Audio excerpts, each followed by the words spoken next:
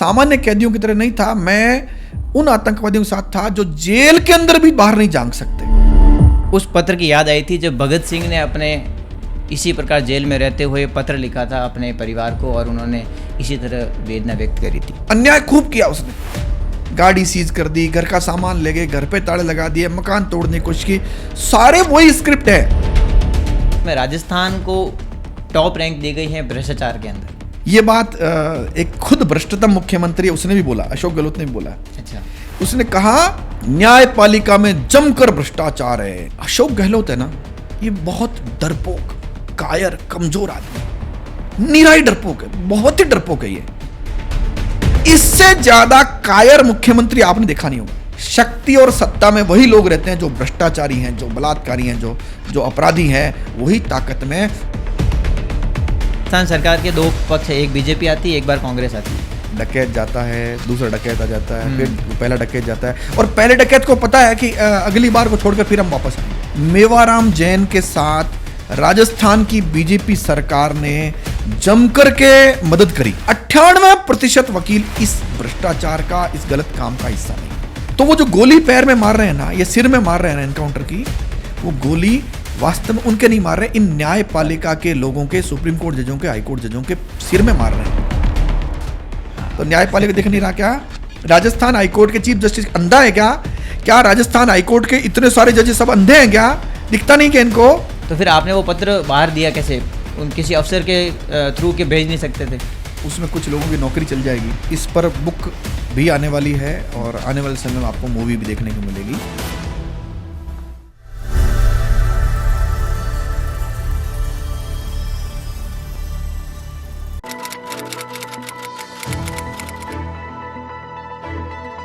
नमस्कार, जय हिंद, जय भारत। आपके साथ मैं वारिस शेरवी और स्वागत है आप सबका ट्रायल टॉक शो में। आज के हमारे जो मुख्य अतिथि हैं, मैं उनका परिचय एक पत्र के साथ देना चाहूँगा, एक लेटर के साथ, जो पत्र उन्होंने जेल में रहते हुए अपने पुत्र को लिखा था। पत्र बहुत लंबा है, उसकी कुछ पंक्तियाँ मैं पढ़ना चाहूँगा। प्रिय शुभी आदि, खुश रहो बेटा। मैंने तुम दोनों को हमेशा ईमानदारी और सच्चाई पर अडिग रहने का पाठ पढ़ाया, लेकिन इस पत्र को पढ़कर विचलित मत हो जाना, क्योंकि सच हमेशा प्रताड़ित होता आया है। आज गिरफ्तारी को लगभग 7 महीने पूरे होने को हैं। इस दौरान कभी खुलकर इसलिए नहीं बताया क्योंकि मुझे लगता था कि आप सभी को अनावश्यक दुखी करने का कोई फ़ायदा नहीं है, लेकिन वर्तमान परिस्थितियों में लगने लगा है कि राजस्थान सरकार षड्यंत्र करके मुझे मरवा सकती है। इसलिए तुमको भी अपना कलेजा मजबूत कर लेना चाहिए और मेरी बात ध्यान से पढ़ो। राजस्थान पुलिस अकादमी में पढ़ाने के लिए तुम्हारे पापा को पुलिस के बड़े अफसर बुलाते थे और क्लास लेने के लिए भुगतान भी करते थे। अब इस काम के लिए बड़ी बड़ी मीटिंगों का एक दौर शुरू हुआ है और तय हुआ है कि न्यायालय में पैरवी करने वाले वकील गोवर्धन सिंह को सबसे पहले नष्ट करना है। तुम्हारे पापा को जड़ से नष्ट करने के लिए एक लंबी चौड़ी टीम बनाई गई, जिसमें सरकारी वकील, कुछ जज, कुछ बड़े अफसर, कुछ नेता, कुछ पुलिस अधिकारी और बहुत सारे लोग मिलकर शामिल किया गया था। पेज 9 पर जो लिखते हैं वो हम सबको झकझोर कर देने वाली बात है कि अब जो मैं बात पत्र में लिखते हैं कि अब जो बात मैं तुमसे शेयर कर रहा हूँ उसको सुनकर विचलित मत होना। वह बात लिख रहा हूँ जो मैंने तुमको कभी पता नहीं चलने दी। इन 90 दिनों के पुलिस रिमांड के दौरान मुझे अलग अलग समय पर जयपुर, बीकानेर, सीकर जिले के अलग अलग पुलिस थानों में रखकर यातनाएं दी कि मैं टूट कर बिखर जाऊं। पुलिस रिमांड के दौरान सरकार के नेता और पुलिस के बड़े अफसर अधीनस्थ सेवा के पुलिस सिपाही से इंस्पेक्टर पर भरोसा नहीं करते थे और मुझे प्रताड़ित कराने के लिए आरपीएससी या आईपीएस या आरपीएस को भेजा जाता था। मेरे कपड़े उतार कर जब तक पट्टे लगाए जाते थे, जब तक मैं बेहोश नहीं हो जाता था। फिर होश में आने पर फिर से पट्टे लगाए जाते थे। पट्टों की मार से चमड़ी उधड़कर खून रिसने लगता था तो बर्फ़ का सेक किया जाता है और पैरों से जल्दी जल्दी चलाया जाता था। निशान कम होने पर फिर पट्टे लगाए जाते थे। दिन के 12 घंटे मुझे पुलिस की अलग टीम जगा कर रखती थी, रात वाले 12 घंटे पुलिस की अलग टीम जगा कर रखती थी। इस प्रकार मुझे सोने नहीं दिया जाता था और कपड़े उतार कर, मारपीट करके, वीडियो और फ़ोटो खींचकर अपने आकाओं को भेजे जाते थे। इस प्रकार इस पत्र में बहुत सारी दर्दनाक और दिल को झकझोर देने वाली घटना का उल्लेख किया गया है। और उसके बाद पत्र के लास्ट में अपने पुत्र और अपने परिवार के प्रति और अपने जो अच्छे लोग हैं उनके प्रति सहानुभूति दिखाते हुए लिखते हैं कि सरकार और अफसरों ने अफवाह फैलाई है कि हमारे पास करोड़ों रुपए की संपत्ति है, जबकि मैं तुम दोनों के लिए केवल एक बैंक लोन वाला मकान ही बना पाया। लेकिन तुम्हारे पिता के नाम पर तुमको खूब सारा प्यार, नागरिकों, जिनको इस पत्र में मालिक लिखा गया है, नागरिकों को से मिलता रहेगा, ये मेरा दावा है। दादोसा व दादीसा को मेरा चरण स्पर्श कहना, तुम्हारी माँ की शिकायतें मौका मिला तो ज़रूर पूरी करूँगा। मेरी सभी साथियों को ढेर सारा प्यार और तुम दोनों को ढेर सारा आशीर्वाद। जेल से तुम्हारा पिता गोवर्धन सिंह। सर, मैं जब ये पत्र पढ़ रहा था, मैंने इसको पूरा पढ़ा और मेरी आंखों में आंसू थे। और मेरे को उस पत्र की याद आई थी जब भगत सिंह ने अपने इसी प्रकार जेल में रहते हुए पत्र लिखा था अपने परिवार को, और उन्होंने इसी तरह वेदना व्यक्त करी थी। सबसे पहले तो मैं आपको पूछना चाहूँगा कि सर, आज 5 साल बाद जब आप इस पत्र को वापस पढ़ते हैं या सुनते हैं तो आपको कैसा लगता है? ये पत्र जो है ना, ये बहुत मुश्किल से लिखा गया था। पहला तो लिखना बहुत मुश्किल था, दूसरा लिखने के बाद उसको जेल से बाहर कैसे निकालें। क्योंकि मैं उस 2022 के उस कार्यकाल में चीफ मिनिस्टर और सरकार के लिए सबसे बड़ा आतंकवादी था। तो वहाँ जो आतंकवादी थे उनके पास तो पत्र लिखने के लिए कॉपी, किताब, रजिस्टर, कागज हो सकता था। अच्छा। मेरे को ये लोग जेल में वो भी नहीं देते थे। अच्छा, प्रोवाइड ही नहीं वो करवाते कैसे थे। लिखें? अब जिसका कंपैरिजन आप कर रहे हो, हालांकि मैं शहीद आजम भगत सिंह के पैर के नाखून के बराबर भी नहीं हूँ, लेकिन मैं ये कहता हूं कि उनको भी पत्र लिखने की आज़ादी थी, मेरे को वो भी नहीं थी। इस प्रकार तो मेरे सामने प्रश्न था कि ये सारी बात कैसे जनता तक पहुंचे, क्योंकि मुझे लग रहा था जेल से बाहर निकलने देंगे नहीं ये लोग। तो वो जो पत्र लिखना, कैसे लिखना था, वो किधर, मैं जो आतंकवादियों के साथ मुझे जो बंद किया गया था, मैं सामान्य कैदियों की तरह नहीं था, मैं उन आतंकवादियों के साथ था जो जेल के अंदर भी बाहर नहीं जा सकते। अच्छा। तो पत्र लिखना और पत्र को कैसे करके बाहर पहुंचाना, ये एक युद्ध के समान था। तो वो पत्र जब मैं पढ़ता हूं तो मुझे लगता है कि यार, क्या हम लोग अंग्रेजी शासन से मुक्त हो गए हैं क्या? क्या हम मुगलों के शासन से मुक्त हो गए हैं क्या? ऐसा कभी कभी तो लगता है।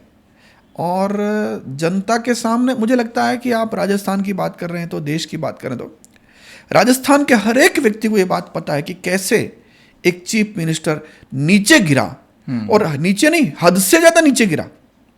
केवल चीफ मिनिस्टर नहीं गिरा, इनके आईएएस, आईपीएस और कुछ जजेज सब नीचे गिरे। तो संविधान, कानून, इन सब की धज्जियां उड़ा दी, विस्फोट से उड़ा दिया इनको। तो मैं एक वकील हूं, ठीक ठाक वकील हूं इस देश का।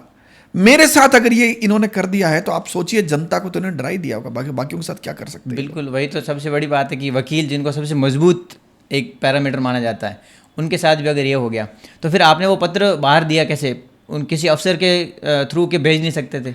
मुझे लगता है कि ये प्रश्न आप पब्लिकली मत पूछिए। अच्छा। क्योंकि वो पत्र बाहर निकालने में जिन लोगों ने मेरी मदद करी, किसी तरह से, पहले पत्र लिखना मुश्किल था, लिख लिया तो बाहर कैसे पहुंचाएं, तो वो पत्र जैसे बाहर पहुंचा उसमें कुछ लोगों की नौकरी चल जाएगी। अच्छा। तो मुझे लगता है कि वो कहीं ना कहीं अच्छे मन से उन्होंने किया होगा। तो बिल्कुल, आपका साथ दिया तो उनको बहुत निश्चित रूप से उनका नाम अपने को सार्वजनिक नहीं करना चाहिए। तो सर, ये स्टार्ट कब होता है? मतलब ऐसी क्या घटना घटी थी जिसकी वजह से सबसे पहले आपको ये लगा कि मेरे को भ्रष्टाचार के खिलाफ आवाज़ उठानी चाहिए? ये स्टार्ट कहाँ से होता है आपको भ्रष्टाचार के खिलाफ आवाज़ उठाना? देखिए, आप या मैं या कोई भी व्यक्ति, उसमें कोई डाला नहीं जा सकता, इंजेक्ट नहीं किया जा सकता। यस। इस देश में हर एक व्यक्ति के मन में इस देश के लिए कुछ करने का भाव है। बिल्कुल। और इस देश को बर्बाद करने में जो एक कारण है वो है भ्रष्टाचार। बचपन से लेकर के, और जब हम लोग बड़े हो रहे थे उस समय मन में भाव था कि यार कुछ करना है, देश के लिए कुछ करना है। 2005 में जब सूचना का अधिकार आया तो हमको अवसर मिला कि यार अब कुछ किया जा सकता है। तो फिर हमने 2006 में शुरू किया। बहुत सारे मुकदमे एंटी करप्शन ब्यूरो में, सीबीआई में, पुलिस में, कोर्ट में हमने दर्ज कराए भ्रष्टाचारियों के खिलाफ। कई भ्रष्टाचारियों की नौकरी चली गई, कई जेल चले गए, कईयों की जमीनें चली गई। वो 2006 का जो दौर था वो 2010 में जाकर ख़त्म हुआ।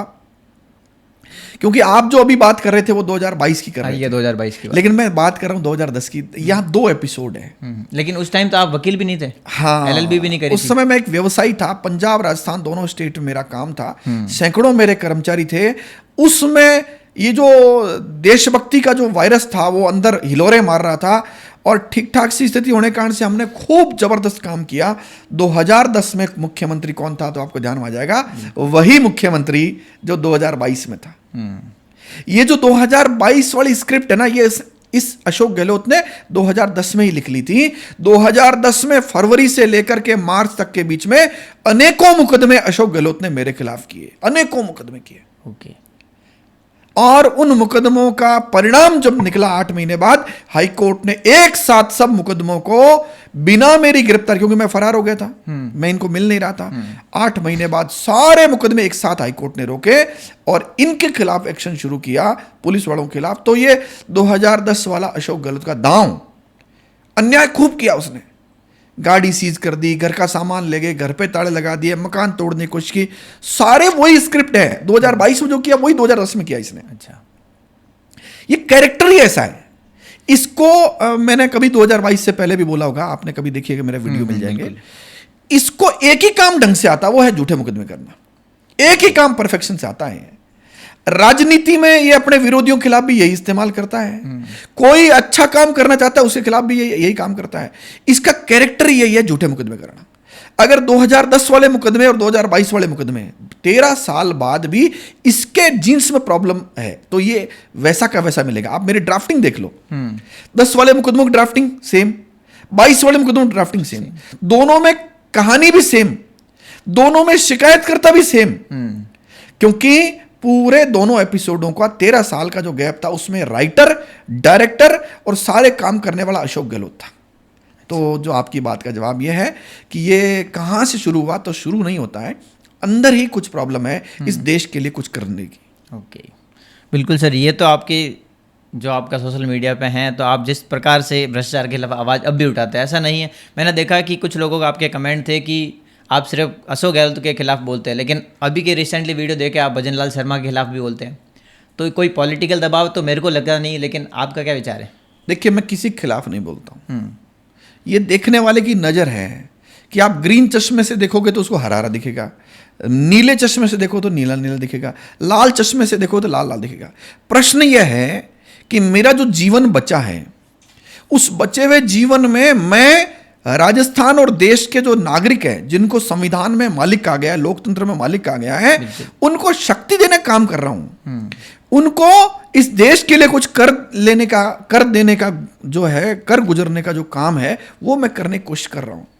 अब उसमें बाधक कौन है? तो बाधक कोई पॉलिटिशियन हो सकता है, मुख्यमंत्री हो सकता है, मंत्री हो सकता है, MLA, MP, जज, उद्योगपति, जो भी भ्रष्टाचारी है ना, वो देश का दुश्मन है। भ्रष्टाचारी को राजस्थान और देश में सम्मान नहीं मिलना चाहिए, मन के भाव इतने ही है। आप देखने की नजर आपकी एक अशोक गहलोत, अरे अशोक गहलोत एक डमी है।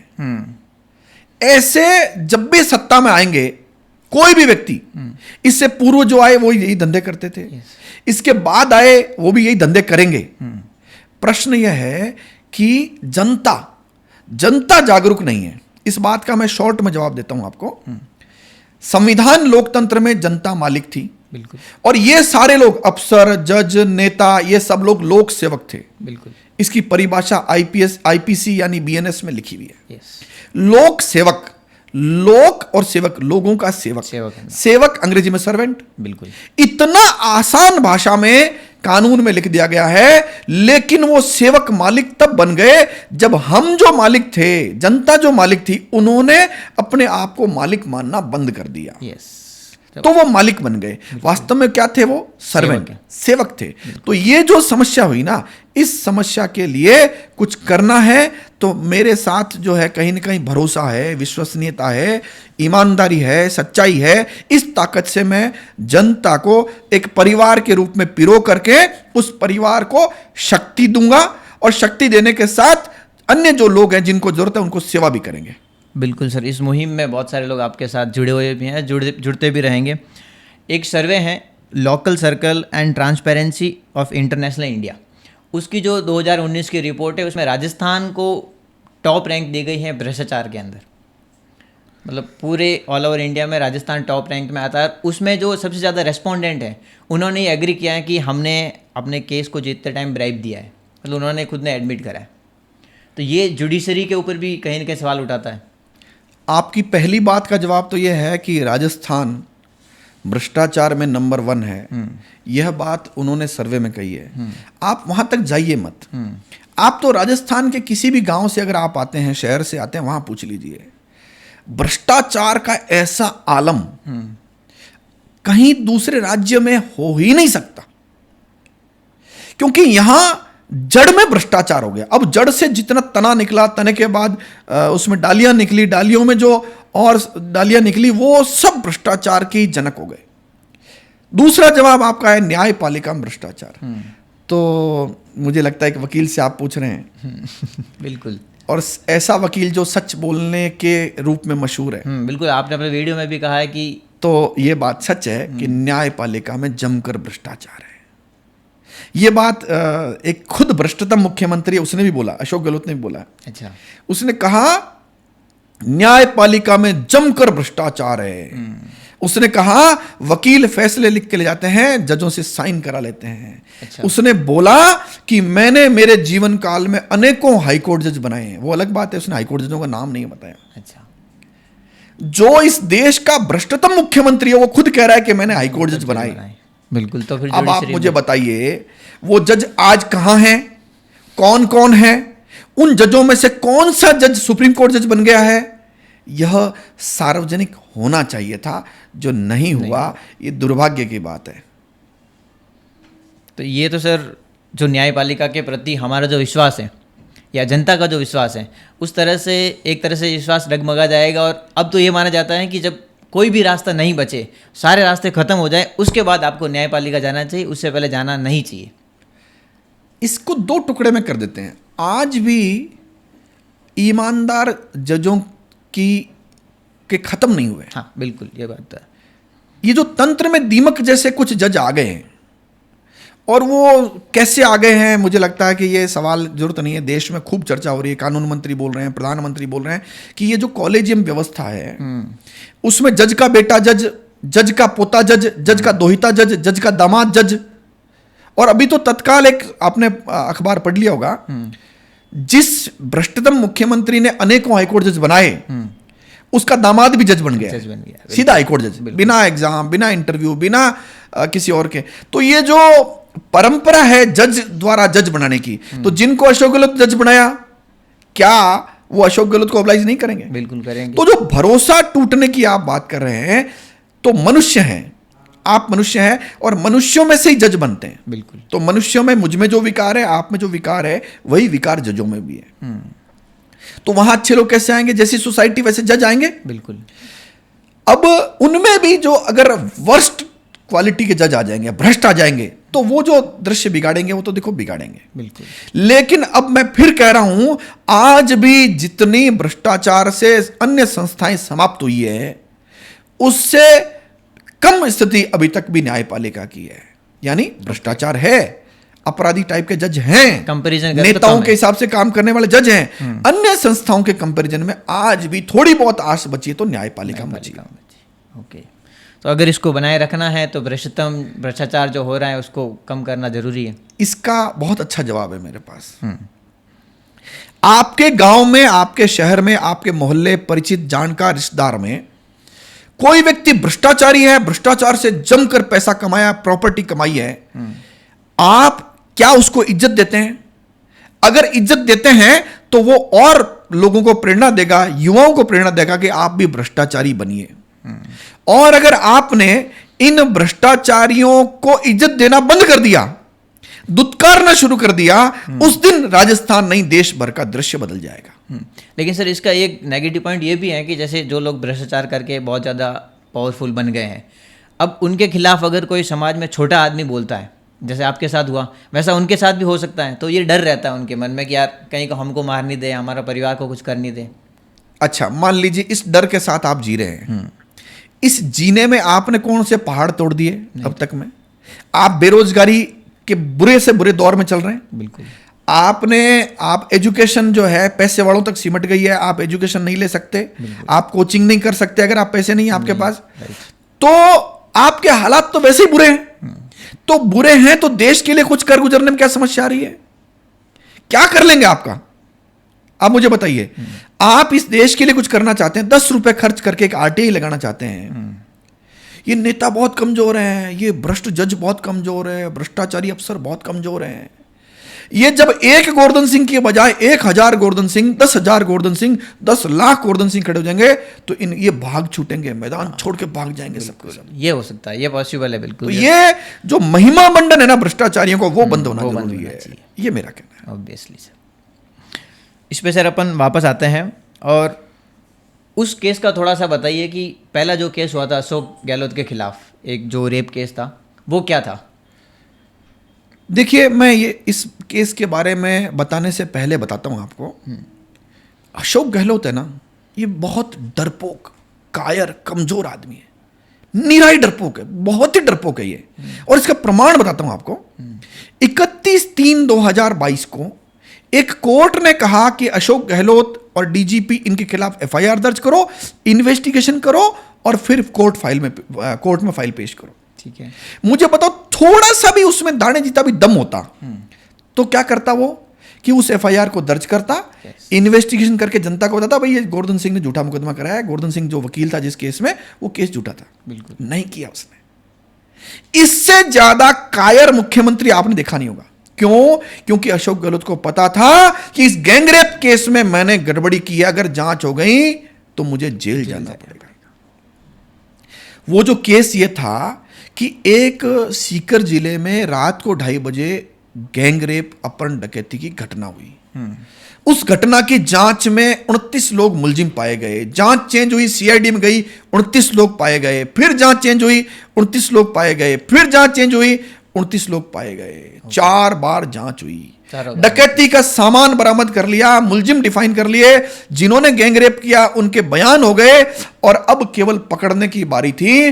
अशोक गहलोत ने कहा इन रेपिस्टों को छोड़ो भाई। ऐसा क्यों? क्योंकि अशोक गहलोत इन अपराधियों का, रेपिस्टों का, डकैतों का, भ्रष्टाचारियों का बाप है। मतलब उसमें और था वो निश्चित रूप से उसके लोग सम्मिलित थे। और वो मुझे बताइए, ऐसा केस आपने सुना क्या कि 4 बार गैंगरेप, अपहरण, डकैती प्रूव माना गया और अशोक गहलोत बंद करने की कोशिश करे, बंद कर दिया तो कोर्ट ने अशोक गहलोत के खिलाफ एफआईआर का ऑर्डर किया। ये वो केस था। तो मेरा कहना इतना सा है, यहां ऑब्जेक्ट अशोक गहलोत नहीं है, ये कैरेक्टर इन नेताओं के इनबिल्ट है, अंदर है। आपने इससे ऐसे उदाहरण और भी आपको देश में मिल जाएंगे कि जब भी आप पर कोई सवाल करेगा तो उसको आप जेल में डालने की कोशिश करोगे। बिल्कुल। लेकिन मेरे वाला प्रयोग इनके सेट बैठा नहीं। ये जेल में डाल करके भी उस मुकदमे से बच नहीं सके। वो सुप्रीम कोर्ट में चल रहा है, अगले 1-2 दिन में उस केस की सुनवाई है, और आपको आने वाले समय में ये खुशखबरी मिलेगी कि ये जो रेपिस्ट थे, ये जो बचाने वाले लोग थे, वो जेल की तरफ प्रस्थान। बिल्कुल सर, ऐसे लोगों को जेल जाना ही चाहिए, और मैं भी आशा करता हूँ कि इनका जल्दी से जल्दी वो फाइल हो जाए। तो सर, आपको फिर राजस्थान हाई कोर्ट से जब उठाया गया था, तो जैसे ही आपके खिलाफ जो भी एफआईआर हुई थी वो खारिज हो गई थी, तो फिर आपको किस केस में उठा दिया गया सडनली, और वो भी बिना अरेस्ट वारंट के? देखिए, ये जो राजस्थान की पुलिस है ना, इसमें बहुत सारे अफसरों की रीढ़ की हड्डी आई नहीं। इतने लचीले हैं कि जितना आगे मुड़ सकते हैं उतना पीछे मुड़ सकते हैं। अच्छा।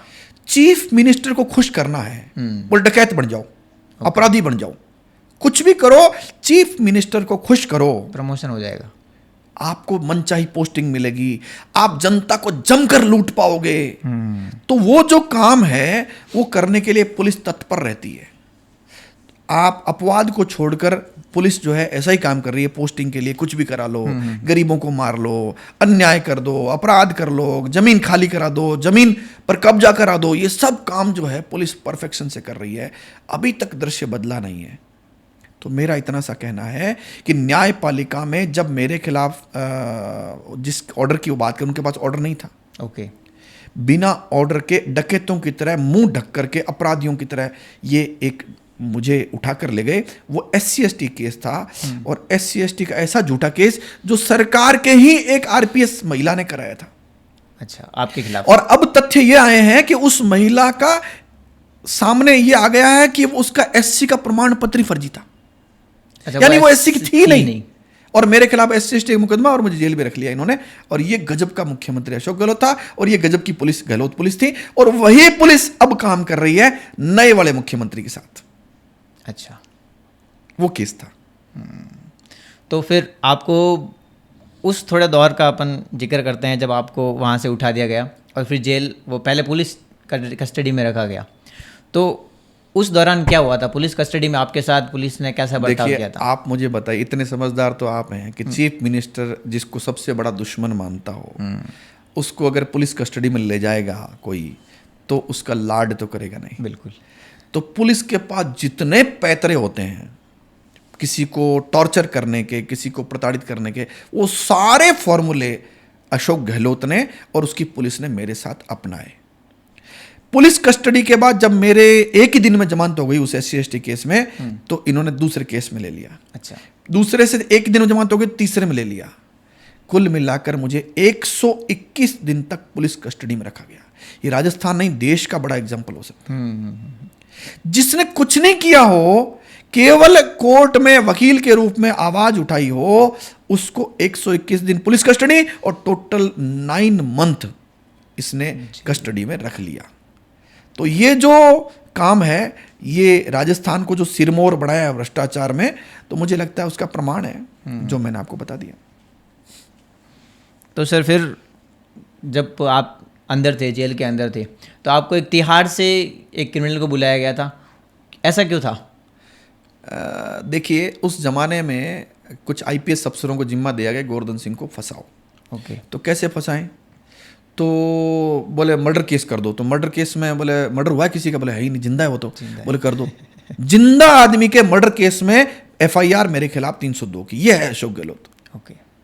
एक आदमी को तिहाड़ जेल से लेकर आते हैं और उसको कहते हैं भाई गोवर्धन सिंह का तेरे को नाम लेना है और हम गोवर्धन सिंह को मुकदमे में फंसाएंगे। कर दिया साहब इन्होंने। गोवर्धन सिंह के पास गैस कनेक्शन है, फिर भी इसने 40 किलो गेहूं राशन डिपो से खरीद लिया, केस कर दिया। 11 दिन की पुलिस कस्टडी, 39 दिन जेल।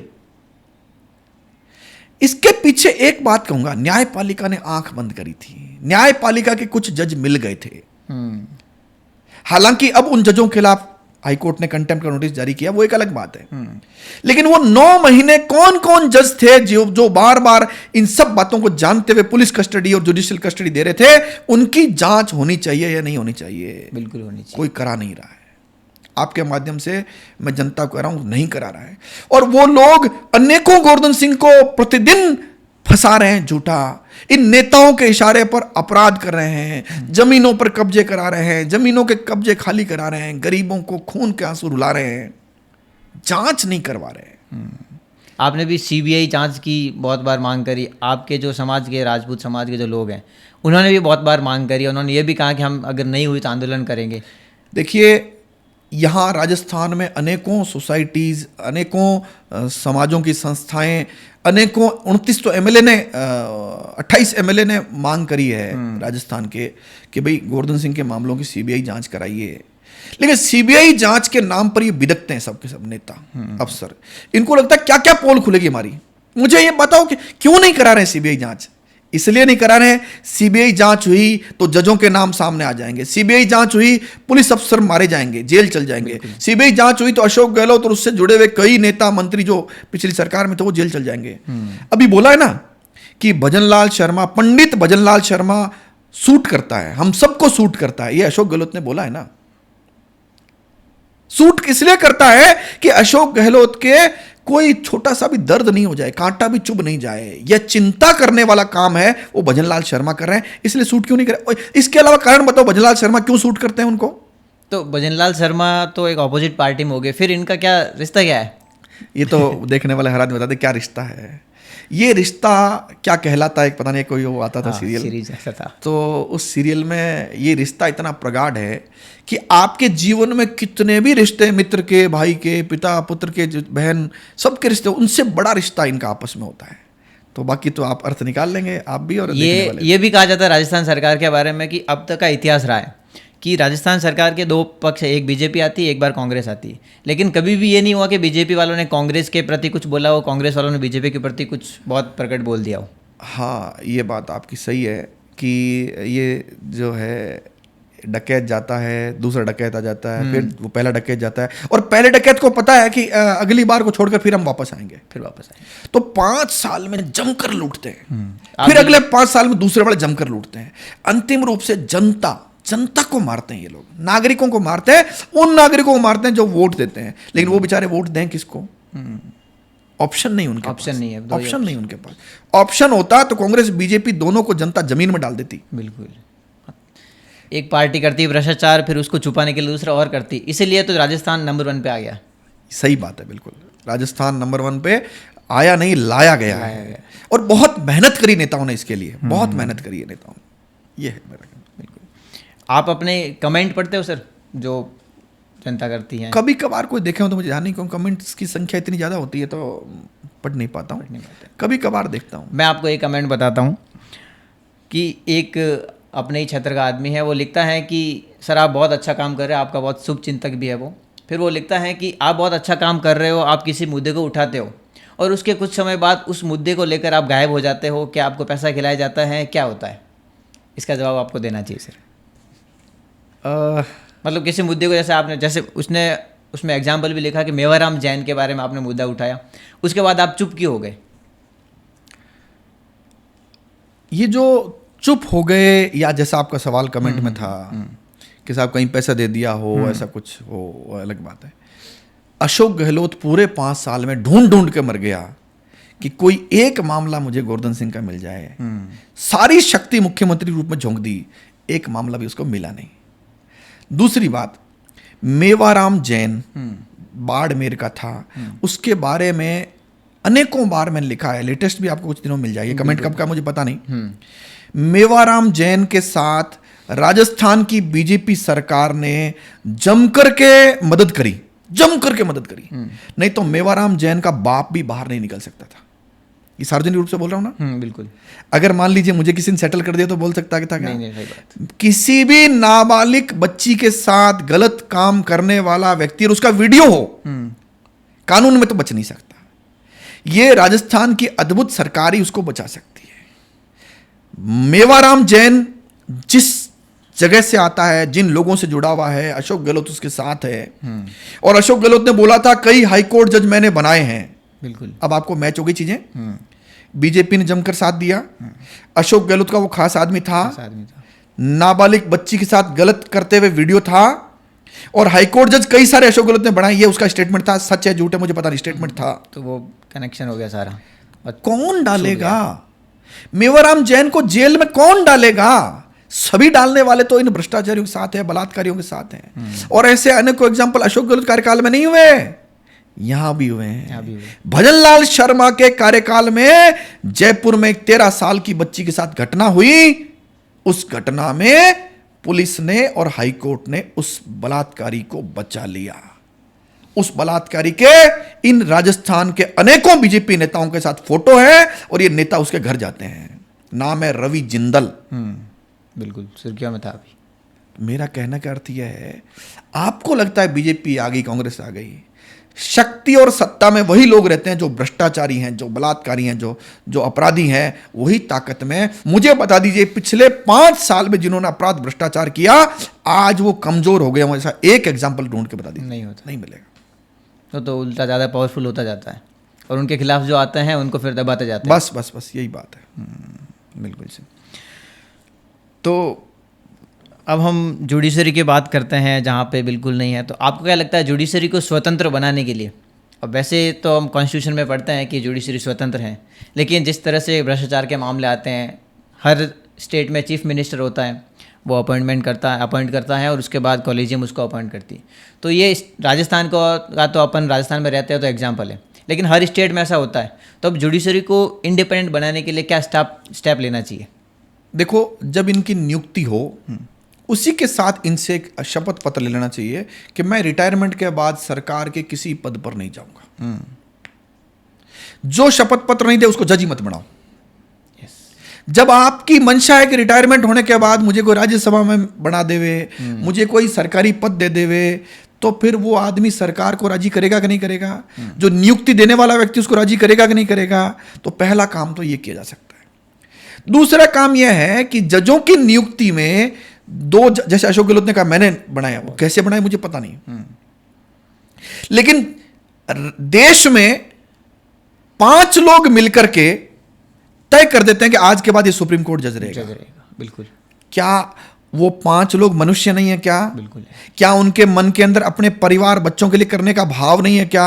क्या वो भ्रष्टाचारी नहीं हो सकते क्या? तो इस व्यवस्था को सुधारना चाहिए। जिसको आप हाई कोर्ट जज या सुप्रीम कोर्ट जज बनाना चाहते हो, एक बार उसका नाम और उसकी डिटेल, उसका विवरण वेबसाइट पर डालो सुप्रीम कोर्ट की, और जनता से मांगो कि इसका कैरेक्टर क्या है, और उसका कैरेक्टर 6 महीने के रखो उसको वेबसाइट पर, और फिर देखो वेबसाइट पर जो जो चीजें सामने आती है उसके बाद नहीं आए या वो सच निकले उसको जज बना दो। कौन मना कर रहा है? तो यह तरीका मुझे समझ में आता है। इसके अलावा और तरीके हो सकते हैं। 5 लोग मिलकर जज बनाएंगे तो गड़बड़ कर देंगे भाई। बिल्कुल। अभी तो हालात यह है, एक सुप्रीम कोर्ट जज चाहे तो किसी को भी हाई कोर्ट जज बना पाता है। क्या करता है वो? हाई कोर्ट के चीफ जस्टिस कहता है भाई इसका नाम भेज देना भाई, तो नाम भेज देता है। 10 नाम गए, 20 नाम गए, उसका भी चला गया। और सुप्रीम कोर्ट में कह देता है अगर वो कॉलेजियम में है कि भी एक आदमी मेरा होगा, और वो जज बन जाता है। तो एक सुप्रीम कोर्ट जज किसी को भी हाई कोर्ट जज या सुप्रीम कोर्ट जज बना लेता है, तो मुझे लगता है कि व्यवस्था में ट्रांसपेरेंसी तो आ नहीं सकती, भरोसा आ नहीं सकता। और जब सुप्रीम कोर्ट जज बनता है और उससे कोई डिसीजन आता है तो रूलिंग पूरी देश में चलती है, तो वहाँ से जब डेवलप होके कोई चीज़ आती है तो वो पूरे देश में कंटिन्यू रहती है। देश में अभी चर्चा न्यायपालिका की है लगातार। ये बहुत दुख की बात है। सुप्रीम कोर्ट के जो रिटायर्ड जज हैं वो बोलते हैं कि यहाँ पर हालात क्या हैं, यहाँ गरीब को तो देखना ही गुनाह है, इधर पैसे वालों का खेल है, और ये खेल में केवल 2% वकील है।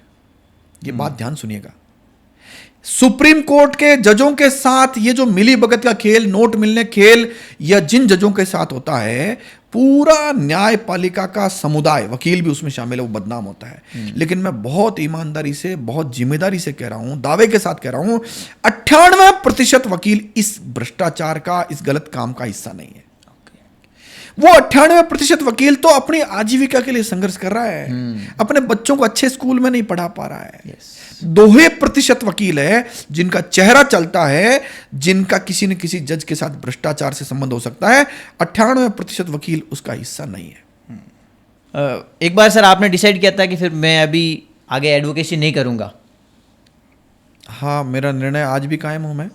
मैं प्रत्यक्ष वकालत अब नहीं करूँगा। अच्छा।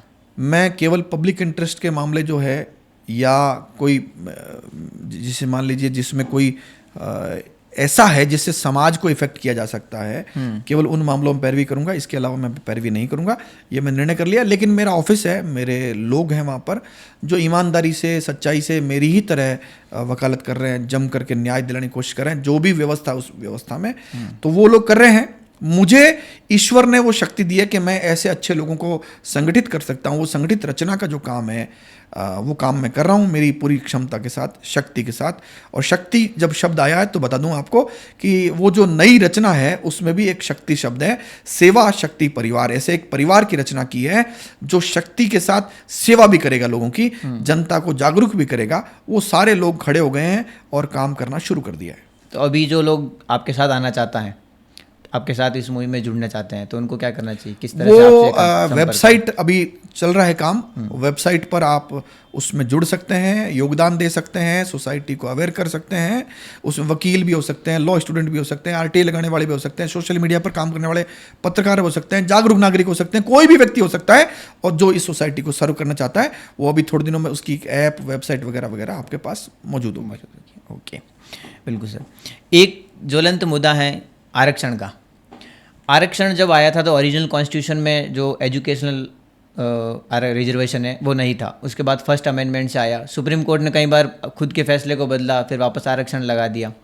तो अभी जिस प्रकार 75 साल बाद हम देश की स्थिति को देखते हैं, तो आपको क्या लगता है आरक्षण को कंटिन्यू रखना चाहिए, बंद करना चाहिए या लिमिट करना चाहिए? क्या मुझे बताइए, आरक्षण शुरुआती जो मिला SC/ST का, उनको क्यों नहीं मिलना चाहिए था? इसका कोई लॉजिक आपको ध्यान है क्या? और नहीं लॉजिक ध्यान है तो आप राजस्थान के सुदूर सीमावर्ती जिलों में जाइए, क्या उनका जीवन स्तर आज भी सुधर गया क्या? तो इसका जवाब है नहीं। क्योंकि समाज की मानसिकता बदलने का जो काम था वो बहुत धीमी गति से बदल रही है, उतनी तीव्र गति से नहीं बदल रही है। और समाज में उनको अन्य वर्गों के समकक्ष लाने का जो काम था, निश्चित रूप से उस समय का निर्णय बिल्कुल सही था। लेकिन जो अन्य समाजों के समकक्ष आ चुके हैं, केवल वही लोग अगर आरक्षण का फायदा उठा रहे हैं, तो इसमें जरूर कोई न कोई संशोधन, जो सुप्रीम कोर्ट ने कहा भी है, वो करना चाहिए। जिनको इस आरक्षण का लाभ नहीं मिला, SC/ST के वो वर्ग या वो लोग, उनको इसका लाभ मिलना चाहिए। इसकी कोई व्यवस्था सरकारों को या न्यायपालिका को सुनिश्चित करनी चाहिए। ये तो हो गया SC/ST की बात। अन्य पिछड़ा वर्ग OBC, इसकी तो रचना ही गरीबी के हिसाब से हुई है। वो तो समाज को बराबर लाने की बात थी, SC/ST तो। इसमें तो गरीब व्यक्ति को, तो उसमें कहा है कि OBC के अंतर्गत आने वाली जातियां जो भी है, यादव है, माली है, सुथार है, कुम्हार है, सिरवी है, जाट है, विश्नोई है, जो भी है, इन जातियों के गरीब लोग ही OBC हैं। ये पता ही नहीं कई लोगों को। बाकी OBC नहीं। फायदा कौन उठा रहे हैं? जो अमीर। इन जातियों के अमीर, यानी इन जातियों के गरीब लोगों का हक कौन मार रहे हैं? इन्हीं जातियों के अमीर लोग। हमारा यह कहना है, कोई कानून में संशोधन की जरूरत नहीं। जो कानून बना हुआ है उसकी पालना नहीं कर रही सरकार, अफसर पालना नहीं कर रहे हैं। अनेकों मामले हमने देखे। अभी मैंने एक FIR भी दर्ज कराई है, FIR दी है दर्ज करने के लिए। चीफ जस्टिस को भी एक मजिस्ट्रेट बन गया।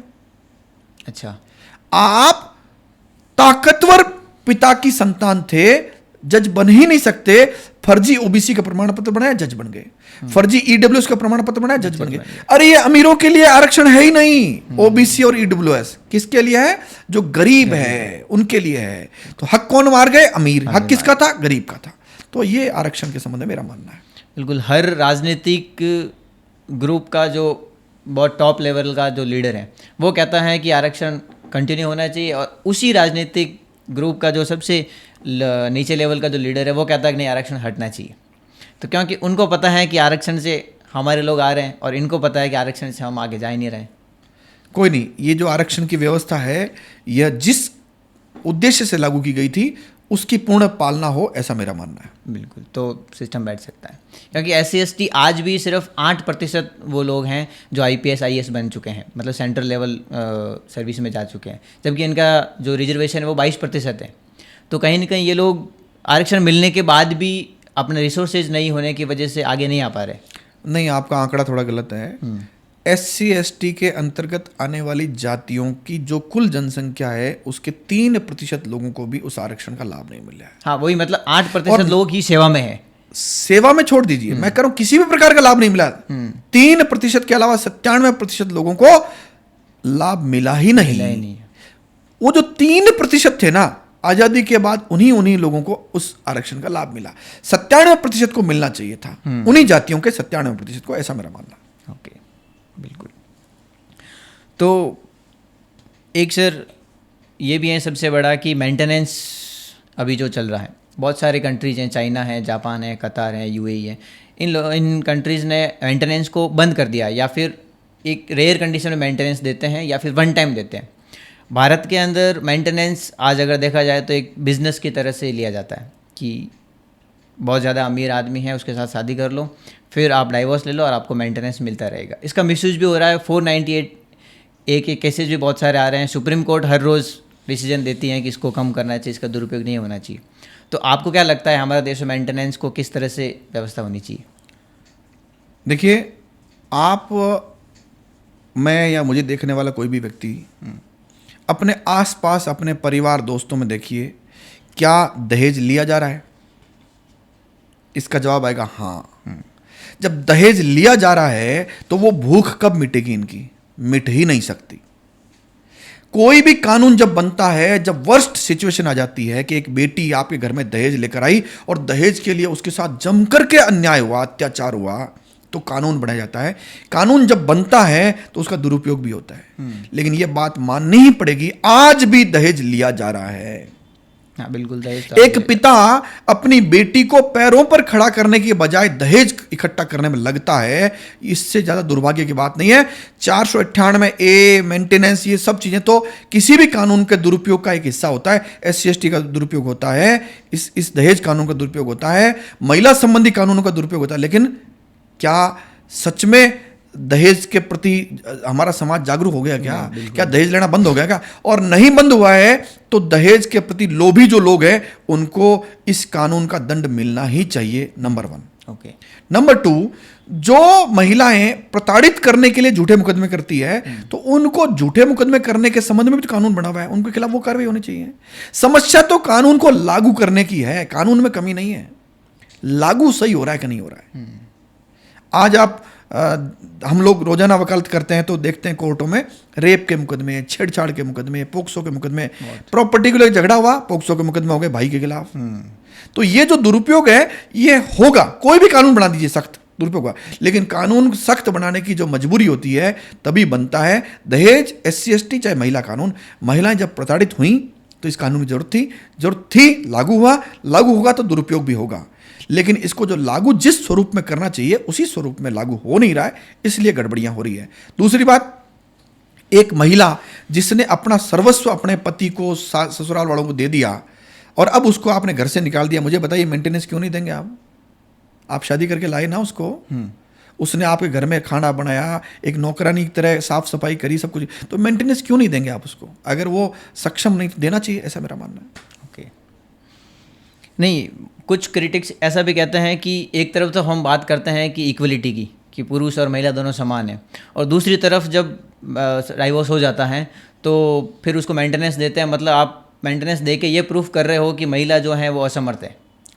देखिए, इक्वलिटी की बात दोहरे अर्थ में नहीं कर सकते आप। जब एक पति अपनी पत्नी कहता है कि घर का जो साफ सफाई तुमको करनी है, पोछे तुमको लगाने हैं, खाना तुमको बनाना है, कपड़े तुमको धोने हैं, वो नहीं कहता कि ये काम, कपड़े धोने का, पोछे लगाने काम मैं करूंगा, तब तो इक्वलिटी नहीं होती है। और जब वो पत्नी को निकाल देता है और वो मेंटेनेंस मांगती है तब इक्वलिटी की बात आती है। तो भाई दोहरे अर्थ में इक्वलिटी नहीं चल सकती, दोनों अर्थों में चलेगी ये। या तो आप इक्वलिटी दो कि हम घर का सारा काम भी बराबर करेंगे, तो वहाँ इक्वलिटी नहीं है तो आगे भी इक्वलिटी नहीं रहेगी, ऐसा मेरा मानना है। तो महिलाओं के मामले में हमेशा पुरुष प्रधान समाज रहा है और महिलाओं को हमेशा दबा कर रखा जाता था। अब महिलाएं जब बराबरी का हक मांग रही तो पुरुष को जोर आएगा और आ रहा है। इसीलिए तो ये सारे केसेस कंटिन्यू हो रहे हैं आज। बिल्कुल। अगर आपको पावर मिलती है या फिर आपको एक दिन के लिए लॉ मिनिस्टर बनाया जाता है तो आप कौन से ऐसे 2 परिवर्तन जो सबसे पहले डे फर्स्ट ही लागू करना चाहेंगे इस तंत्र को सुधारने के लिए? वैसे तो लॉ मिनिस्टर के पास कोई सामान होता ही नहीं है। अच्छा, बिल्कुल। वो एक पुतला है। सामान हमारे देश में 2 लोगों के पास होता है, एक होता है प्रधानमंत्री और एक होता है मुख्यमंत्री। ओके। इन 2 के पास सामान होता है और वो जो है वो कई कारणों से दबे रहते हैं, कभी सुप्रीम कोर्ट जजों से, कभी वो नेताओं से, कभी पॉलिटिकल पार्टियों से, कभी अपने जो साथ में जो पार्टियां जो जिनसे सरकार बनी उनसे, कभी अफसरों से, कभी, तो उस दबाव में जो वो काम करते हैं, अगर वो दबाव से बाहर निकल जाएं तो दृश्य बदल सकता है। अन्यथा कोई कानून मंत्री के पास सामान नहीं है, चाहे अब बड़ा कानून मंत्री हो चाहे पिछला कानून मंत्री हो। प्रधानमंत्री कहता है थोड़ी सी सुप्रीम कोर्ट गाली निकालो तो वो गाली निकालता है और फिर सुप्रीम कोर्ट के चीफ जस्टिस के साथ मीटिंग हो जाती है और जब अच्छा वातावरण होता है तब ये बातें बंद हो जाती हैं। जब बुरा वातावरण होता है तो कानून मंत्री गाली निकालता है। वो एक डमी व्यक्ति है, पुतला है, इसके अलावा कुछ नहीं है। ओके। तो किस प्रकार से 1-2 कोई जुडिशल रिफॉर्म बताइए जो आप लाना चाहते हैं, जरूरी है अभी? मेरा यह मानना है कि रिफॉर्म लाना चाहते हैं तो ट्रांसपेरेंसी कर दीजिए। एक मेरे बहुत निकट मित्र माने जाते हैं, वो पहले वकील थे, हम लोगों ने मिल करके और खूब सारे रिफॉर्म लाने की कोशिश की। जैसे राजस्थान में 15 साल बाद भी पब्लिक इंफॉर्मेशन ऑफिसर RTI के तहत नियुक्त नहीं किए, वो वकील साहब और मैंने मिल करके वो नियुक्त कराए। RTI की धारा 4 की पालना कराई। ऐसे कई सारे रिफॉर्म में वो मेरे साथ थे। उनका हमेशा से मानना था कि जब हाईकोर्ट में कैमरे लग जाएंगे और यहां जो चल रहा है उसका लाइव चलेगा तो राजस्थान दृश्य बदलेगा। वो वकील साहब जो मेरे मित्र थे और ये रिफॉर्म लाने में लगे थे, वो अब हाईकोर्ट जज हो गए हैं और हाईकोर्ट जज बनने के बाद वो खुद ही अपना माइक और कैमरा बंद रखते हैं। तो रिफॉर्म अच्छा लगता है बोलने में, लेकिन जब आप शक्ति में हो, जहां पर हो, वहां जाकर करो तो ही बदलाव हो सकता है। तो एक तो ये हो सकता है। अब आपके सवाल का जवाब ये है, ट्रांसपेरेंसी, जितनी ज़्यादा ट्रांसपेरेंसी कर देंगे ये न्यायपालिका सुधर जाएगी। निचले मजिस्ट्रेट से लेकर सुप्रीम कोर्ट जज तक हर एक चीज उसकी आप कैमरे में रखो, रिकॉर्डिंग में रखो, कुछ छुपाने दो ही मत, तो ये दृश्य बदलेगा, ऐसा मेरा मानना है। बिल्कुल। और वो हो नहीं रहा है। वकील आप तो छोड़ दीजिए जजों की, तो हमारे वकीलों की संस्था है बार काउंसिल ऑफ इंडिया, और हर स्टेट में बार काउंसिल बनी हुई है, स्टेट बार काउंसिल। इन्होंने आज कम से कम 20 साल हो गए हैं। इन 20 साल में सेक्शन 4 आरटी एक्ट में सुओ मोटो डिस्क्लोजर करते हुए बताया नहीं कि हमारे पास वकीलों का कितना पैसा है, हम क्या करते हैं, किन कानूनों पर काम करते हैं, उन्होंने नहीं बताया। तो सबसे ज़्यादा छुपाने का जो काम है वो न्यायपालिका में ही हुआ है। और न्यायपालिका जब तक ट्रांसपेरेंट नहीं होगी तब तक ये भ्रष्टाचार, ये गलत काम, ये बदनामी चलती रहेगी। यही रिफॉर्म हो सकता है। ओके, बिल्कुल। हाँ, ये ट्रांसपेरेंसी लाए तो बिल्कुल काम हो सकता है। एक विकास दिव्य कीर्ति हैं दृष्टि के संस्थापक, अगर जानते हैं तो उनका स्टेटमेंट ये है कि जब भी सेंट्रल गवर्नमेंट पावर में होती है, पावर में इन द सेंस जब ज़्यादा पावर होता है, मेजॉरिटी होती है, तब सुप्रीम कोर्ट कमज़ोर हो जाती है, और जब सेंट्रल गवर्नमेंट वीक होती है या गठबंधन की सरकार होती है या फिर मेजॉरिटी कम होती है तो सुप्रीम कोर्ट पावर में आ जाता है। सही है ये? इससे थोड़ा आगे बढ़ के जवाब दूं मैं। विकास दिव्य कीर्ति ने जो बोला है, आप जुडिशियल जो अफसर है, मान लीजिए कोई सुप्रीम कोर्ट में, कोई हाई कोर्ट में, क्या उनका परिवार नहीं है क्या? बिल्कुल है।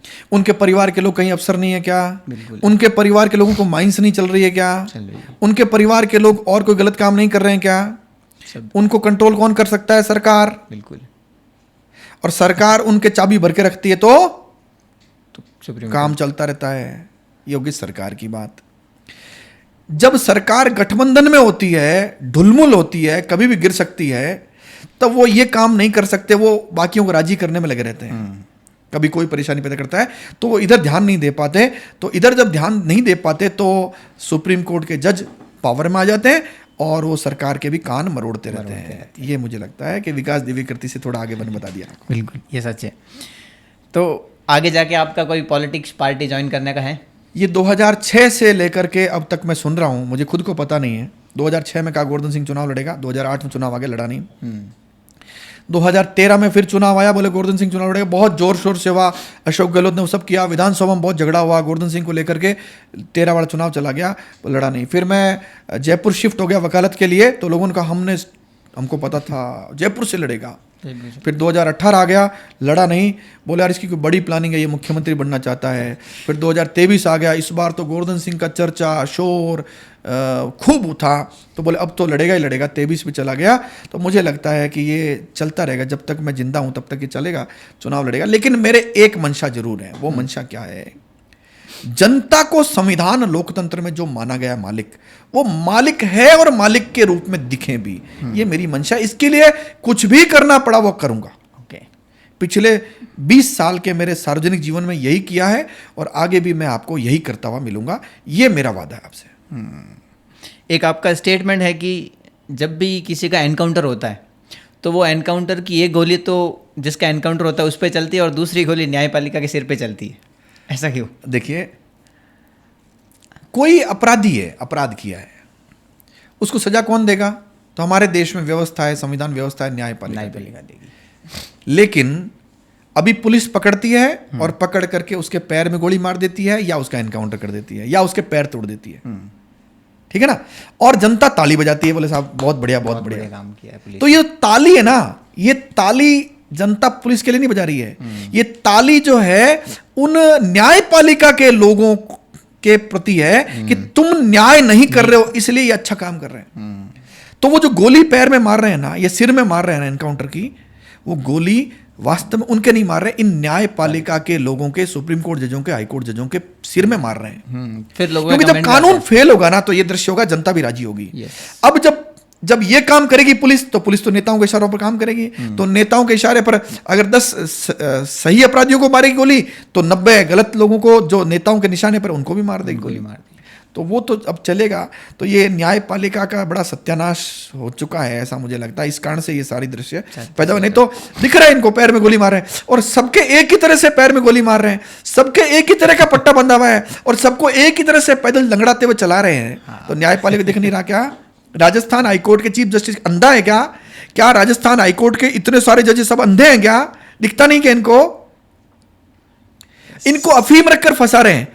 और अफीम की एफआईआर पढ़ लीजिए, सबकी एफआईआर सेम है कि अचानक दबिश देकर पकड़ा, दाहिनी जेब चेक की, दाहिनी जेब में इसके ये पुड़िया मिली।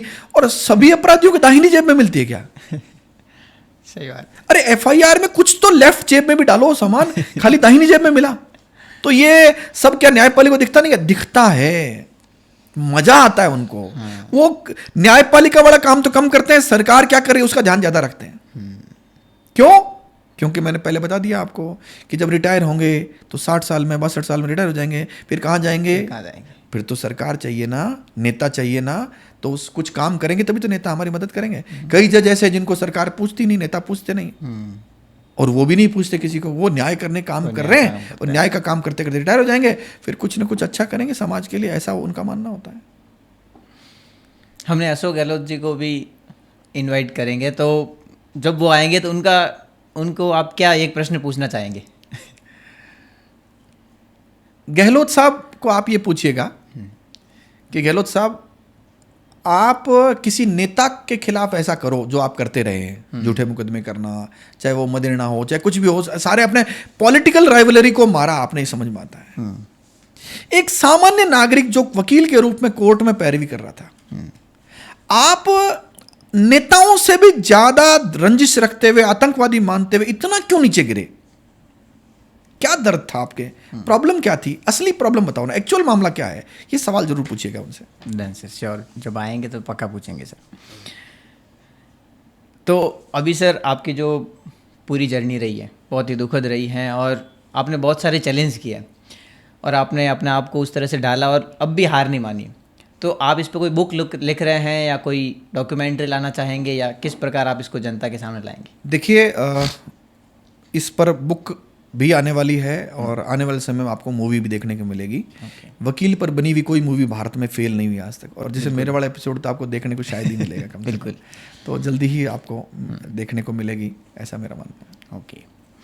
आपने सर अपने पत्र में अपनी पत्नी के लिए सिर्फ इतना ही लिखा कि अगर मेरे को कभी मौका मिला तो आपकी शिकायतें मैं दूर करूँगा। तो आज 5 साल बाद आपका परिवार में अब भी क्या आपको धमकी मिलती है, या आप जो चाहते हैं वैसा हो रहा है, खुशी खुशी हैं सारे? सवाल 2 कर दिया आपने। एक तो पत्नी वाला पूछा, तो पत्नी किसी की राजी नहीं होती है। तो अगर कोई और मौका मिला तो उसमें शायद इसलिए लिखा होगा। दूसरी बात, धमकी वाला कोर्स मेरा पहले ही पूरा हो चुका, सिलेबस पहले ही खत्म हो गया था। अच्छा। ये 2006, 7, 8 में जो धमकियाँ देनी थी दे ली जिन्होंने, फिर बाद में लगा धमकियाँ हमके असर नहीं करेगी। ओके। धमकियाँ, लालच, ये सारे चीज़ें पहले ही खत्म हो गई। अब तो ये अन्य जो हथकंडे हैं वो अपना रहे हैं और अपनाएंगे, ऐसा मुझे लगता है। ओके, अब धमकियाँ नहीं मिलती? वो तो कोर्स पूरा हो लिया उसका पहले ही। हो गया, चलो ठीक है, बिल्कुल। तो लास्ट में सर आप कुछ लॉ स्टूडेंट को या देश की जनता को क्या संदेश देना चाहेंगे? मेरा एक ही संदेश है, आपने सरकारें बदल के देखी, हर बार बदल लेते हो, दृश्य नहीं बदलता है। एक बार खुद को जागरूक करके देखिए, आने वाली पीढ़ी को जागरूक करके देखिए, शिक्षा को माध्यम बनाइए, कलम को, वाणी को हथियार बनाइए, और एक बार संगठित शक्ति से बोलिए कि मैं हूं नागरिक के रूप में जनता और जनता है मालिक। दृश्य बदलेगा, ऐसा मेरा मानना है। ओके, बहुत बहुत धन्यवाद सर, आपको आपके साथ बैठ के बहुत अच्छा लगा, और मैं आशा करता हूं कि आपके जीवन में अब कोई ऐसी समस्या ना आए, और आप जिस तरह से देश की सेवा कर रहे हैं, जो आपने बीड़ा उठाया है, वो सक्सेस हो, और बहुत जल्दी ये जो दृश्य है वो बदले, और राजस्थान जो करप्शन में सबसे टॉप पर है वो कम हो। मैं तो चाहता हूँ बिल्कुल ख़त्म हो जाए। इसके लिए जो भी सर के साथ जुड़ना चाहते हैं, मैं स्वागत करते हैं हम, और हम भी आपके साथ हैं सर, कोई भी ज़रूरत। धन्यवाद। बिल्कुल, थैंक यू सो मच। धन्यवाद।